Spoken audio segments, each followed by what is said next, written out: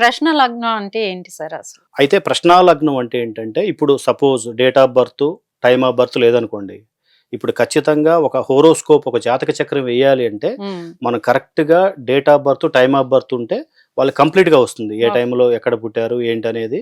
దాన్ని బట్టి వాళ్ళకి ఏ విధంగా ఉండబోతుంది జీవితం, వాళ్ళ హ్మ్. లైఫ్. అంటే లగ్నం ఇక్కడ. హ్మ్. ఇక్కడేందంటే రాశి అనేది ఒక పక్కకు పెడితే, లగ్న ప్రకారంగానే మనం ఏదైనా చేయాలి. హ్మ్. లగ్నం ఏ లగ్నం అనే దాన్ని బట్టి అక్కడి నుంచి మన భావాలు తీసుకుంటాం. హ్మ్. లగ్నం అనేది ఫస్ట్ భావం, హ్మ్. తనుభావం. హ్మ్. ఆ లగ్నం నుంచే స్టార్ట్ అవుద్ది మొత్తం. అంటే ఆ లగ్నాన్ని మనం యాక్చువల్‌గా వారి పేరుని బట్టి తీసుకుంటారా ఎట్లా? పేరు కాదండి. డేట్ ఆఫ్ బర్త్, టయాన్ని బట్టి మన క్యాలిక్యులేషన్‌లో ఇవన్నీ మనకొచ్చేస్తుంది లగ్నం. వస్తాయి. హ్మ్. హ్మ్. క్యాలిక్యులేషన్ లగ్నం వస్తుంది. అయితే మీరన్నట్టుగా ఇందాక ప్రశ్నా లగ్నం హ్మ్. అన్నారు.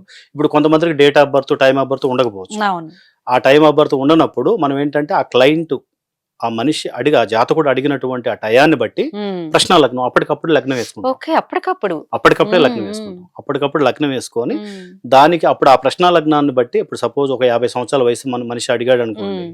అప్పుడు ఆ టైంలో గ్రహాలు ఎక్కడెక్కడ ఉన్నాయి. ఎందుకంటే బుద్ధి కర్మానుసారిని. హ్మ్. బుద్ధి కర్మానుసారిని అంటారు. అంటే ఆ టైంలో ఆ జాతకుడు మనం ఫోర్స్‌ఫుల్‌గా మనం చెప్పేది కాదండి. ఓకే. వాళ్ళు ఇంట్రెస్ట్‌గా వాళ్ళు తెలుసుకోవాలి వాళ్ళ జాతకం అనేది ఖచ్చితంగా ఉన్నట్లయితే హ్మ్.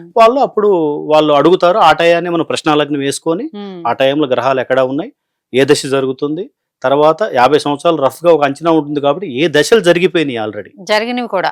జరిగిన దశలు కూడా మనకు తెలిసిపోతుంది ఓకే. అప్పుడు. ఇప్పుడు ఆ! ప్రెజెంట్ దశ అనేది ఏది జరుగుతుందో మనకు హ్మ్. తెలిసినట్లయితే, అంతకుముందు జరిగిన దశలు కూడా తెలుస్తాయి గదా! హ్మ్. అవును. అంతకుముందు జరిగిన దశలు కూడా హ్మ్. తెలుస్తాయి గదా! దాన్ని బట్టి అయి మంచి దశలా, చెడ్డ దశలా అనేది మనకు తెలిసిపోతాయి.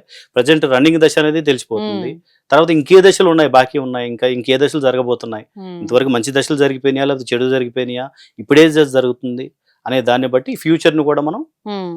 ప్రిడిక్ట్ చేయొచ్చు. ప్లస్ ఇప్పుడు ప్రశ్నా లగ్నం ద్వారా ప్రశ్నా లగ్నంలో కూడా గ్రహాలు ఎక్కడైతే ఎంత డిగ్రీలో ఉన్నాయో, అదే డిగ్రీ మీద బేస్ చేసుకొని మనం ప్రిడిక్షన్స్ ఇచ్చి హ్మ్. ఎట్లా ఉంది లైఫ్ అనేది క్లారిటీగా మనం క్లియర్‌గా ప్రొడిక్షన్స్ కూడా చెప్పేయొచ్చు. మీరు ఇస్తూ ఉంటారు. ప్రిడిక్షన్స్ ఇస్తాను మేడం. హ్మ్. హ్మ్. ఖచ్చితంగా ప్రిడిక్షన్స్ ఇస్తాను. హ్మ్. అది అనివార్యకరమైతే ఇంటెన్షన్ ఎట్లా తగ్గించుకోవాలని చెప్తాం. హ్మ్.